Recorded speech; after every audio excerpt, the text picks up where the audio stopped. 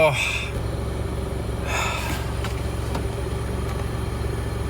Let me tell you about the last 24 hours.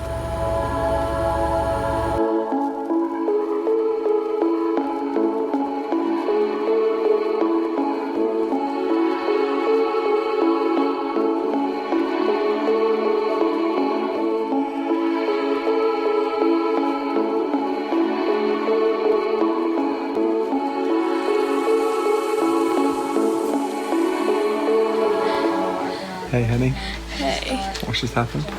I just had a baby. It's only been weeks.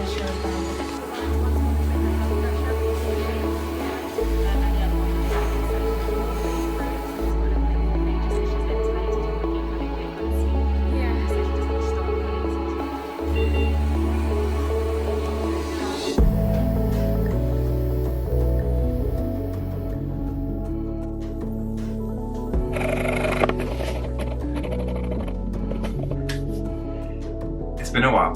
2020 has been such a weird year for everyone, and for us as a family it has been both the most difficult and yet the best so far. About 150 years ago, an English theologian said this famous quote. It said that the darkest hour of the night is often before the dawn, and for us this has been so true this year. Like I'm sure with so many other areas, pregnancy has been made so much more complicated during this worldwide pandemic. Over the next 3 episodes, we hope to tell the story of the unexpected birth of our daughter, her 8 weeks in the neonatal intensive care unit, and the month afterwards in hospital, along with the weeks of follow-up, and also the impact that's had on our physical and our mental health.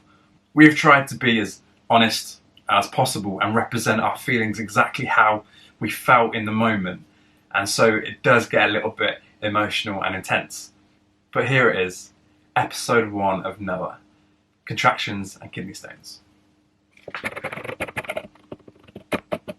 Yes. I was 28 weeks pregnant. I'd had some sort of period pain, feelings all night.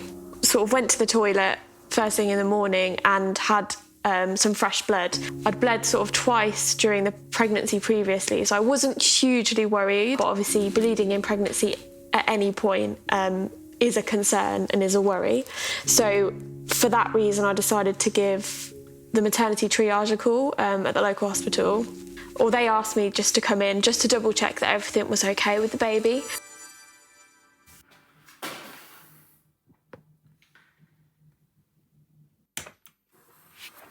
We are back at the hospital. And they noticed a little bit of blood in the urine.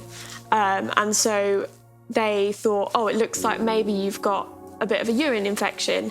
They said they would get the results back in about 2 days and let me know, but that everything looked okay with the baby, so they sent me home. The time is 1:57 a.m. She's coming home. My wife is coming home. Excited. The next day, we went back to hospital. Em's back in hospital. Because overnight the pains had got worse and they were coming in waves. My immediate reaction was, I think this might be labour. And the doctor put it down to a urine infection and Braxton Hicks.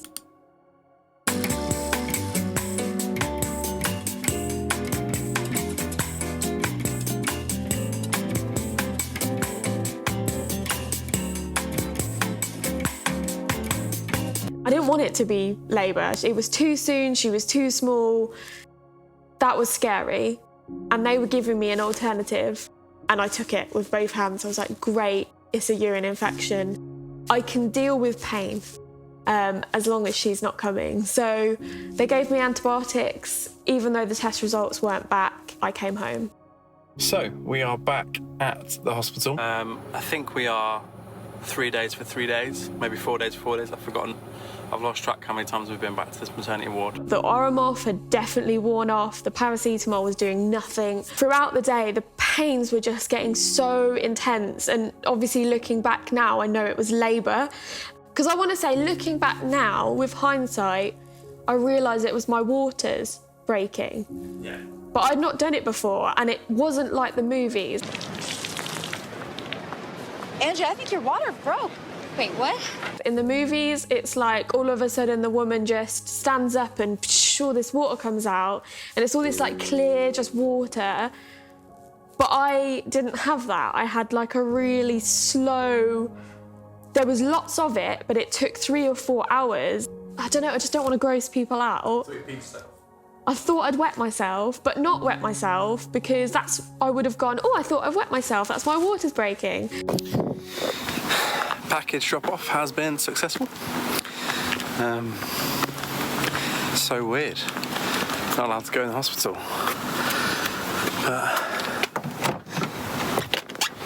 But there we are. I get a phone call at 2:15 at night with Em screaming down the phone. She's coming out. You need to get here now.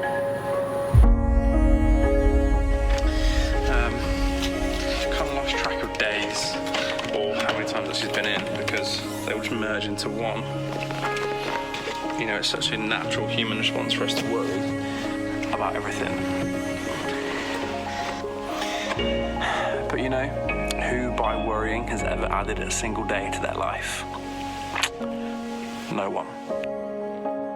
So I was back in hospital, and I was in a lot of pain, so I was like pacing up and down. They checked the baby and she was okay, but I was in agony, and these pains were intense and coming every 3 to 4 minutes. Like, they were really, really painful. So the midwife gave me some paracetamol. Why are you laughing? It didn't do anything. The midwife said it looks like the kidney infection's got worse, and we think it might be kidney stones. Kidney stones. See, what happened is they transferred her to an A&E unit who was not equipped to deal with pregnancy. They had told her it was kidney stones. Kidney stones. What else could it be? It's kidney stones. Or kidney stones. 28 weeks pregnant. Fourth time in hospital that week. And they seem to think that the contractions that she's having are being caused by kidney stones. It's hard to be your own advocate when you're in a lot of pain, when you're in agony. So they made the decision to transfer me over to A&E. Hopefully, it's just nothing to worry about, just precautionary. Em was in a lot of pain tonight, and it's so horrible seeing someone that you love in pain, but the worst thing, not being able to do anything about it. That's really horrible. We were literally here this morning. What can I say? We love the NHS so much, we just want to be around it all the time. So I don't really know what I think right now. I don't know whether to be scared. I don't know whether to be worried. Again, all I know is Emily's in pain. Pregnancies are delicate, but then also human beings are robust. Who knows? All of that to say, I don't really know what's going on in my head right now. But when it comes to my faith, a friend of mine wrote a really great song a while back. I grew up listening to it. Those lyrics go, "Through the storm, yet I will praise you. Despite it all, I will still sing. Through good or bad, I will praise you. You remain the same. King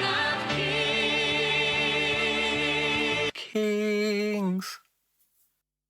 So about 1 a.m, I was in like really bad pain. So I called my mum, and my mum was having to actually talk me through breathing through each of these contractions, which are happening like every 3 minutes. The pain was just so intense. I was tachycardic, so my heart rate was really high. So they sent me for an X-ray. And the porter actually that took me for this X-ray was like, she's in labour. And the nurse sort of dismissed it and said, no, the doctor's seen her, we're getting her an x-ray, we think it's her kidneys. I was in my own room at about 2:15 on my own, no one around, dark, because obviously they turned all the lights down because it was night time. And I suddenly had this massive urge to go to the toilet, which I now know is really, really common when you're about to give birth.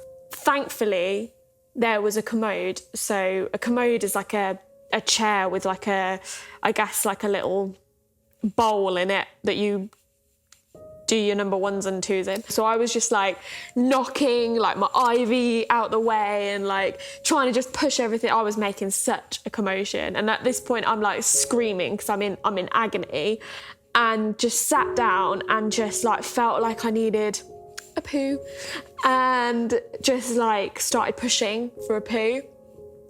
It was at this point that I realised that there was something was coming out of me, and it wasn't poo, and it wasn't a kidney stone, and I was just screaming for a nurse. And I was at the hospital within 10 minutes. I ran straight through the doors to the unit where she was, and there was a group of nurses and doctors who all looked very panicked. And so I went up to him and said, hey, my wife is screaming down the phone. I'm pretty sure that's why you're all here. What's going on? And then they dispersed, and one of them said to me, oh, you're the husband, and ran away. Go! Then a lovely nurse came out to meet me, and she said, has anyone told you what's happened? The nurse came, and I think I just screamed something. At this point, I realised that I was about to give birth. I could just feel that she was coming, and that's what I was screaming. She's coming, I'm giving birth to my baby. Now, I don't think the nurse believed me, because obviously the information that she was working on was that these pains were because of a kidney infection. Noah was so tiny that she came out within 3 or 4 pushes, and I knew that she'd arrived. At this point, said to the nurse, who was back in the room now, she's arrived, I've given birth. And she sort of just looked at me as if to say, no, you haven't. And I was like, can you check, please? Can you check? Leant forward. The nurse looked into the commode and said, no, it's not. There's not a baby there, it's just blood. And I was like, no, please, can you check again? I know I've given birth. And it was at that point that she then looked again and said, oh no, there's a baby in there. And then there was just silence, and the nurse didn't say anything at all. In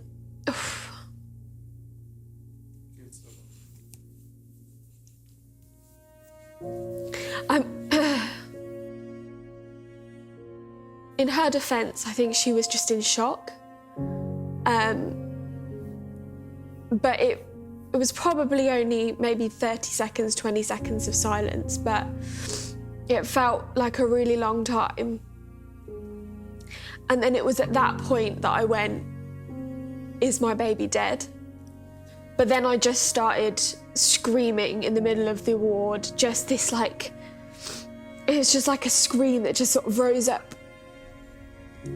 Just like, my baby's dead. And I was just screaming that over and over again. And I really feel for anybody else who was on the ward that night. It was like a sadness that I just couldn't control. And so I was just screaming that over and over again. And then I think it was about 5 minutes before the midwife arrived. And she came in, immediately got me to stand up. Noah was still attached to the umbilical cord at this point. She took Noah out and she started to sort of rub her back to try and get her breathing, because Noah wasn't breathing at this point. And what I didn't realise until later was that she didn't have a heartbeat either. A lovely nurse came out to meet me, And she said, has anyone told you what's happened? She said, baby's been delivered, but the heart is not beating.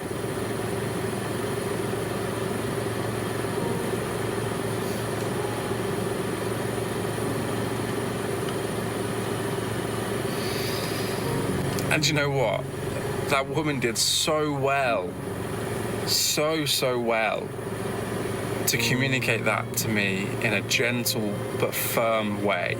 And strangely, I wanted to commend her. I wanted to tell her, you've done a great job with this. Even though the news that she was telling me was horrible. Through the storm, yet I will praise you. What? I feel like I should have some cowboy boots on. Because I'm singing 5, 6, 7, 8. I don't know why. Oh, make myself laugh. Just finished praying, you know, God, you resurrected Jesus from the grave. You know, you got resurrection power. God, I know you can resurrect this baby. And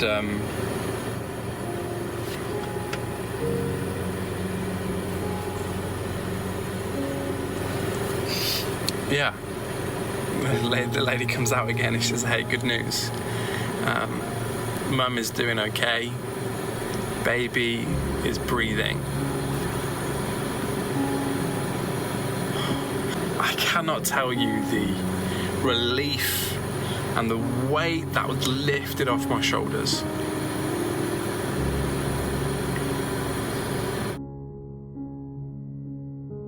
So she was trying to sort of get her breathing. She was... The kit that she'd brought hadn't got the right equipment, so they were scrambling around for a clamp or something to cut the umbilical cord. I think at one point the nurse that was with me was like, well, I've got some scissors in my pocket, as if, you know, that's gonna work. The rest of like the crash team from the neonatal unit arrived, and they had my baby, my tiny little baby, on the floor, on a cloth or a towel or something, just on the floor next to me. And there were about 5 or 6 people around, just trying to get her breathing and trying to get her heartbeat up. I think it was just under 10 minutes. And they were like, we've got her breathing and we've got a heartbeat. And the relief at that point was just unbelievable. Like, she's not dead, there's still a chance.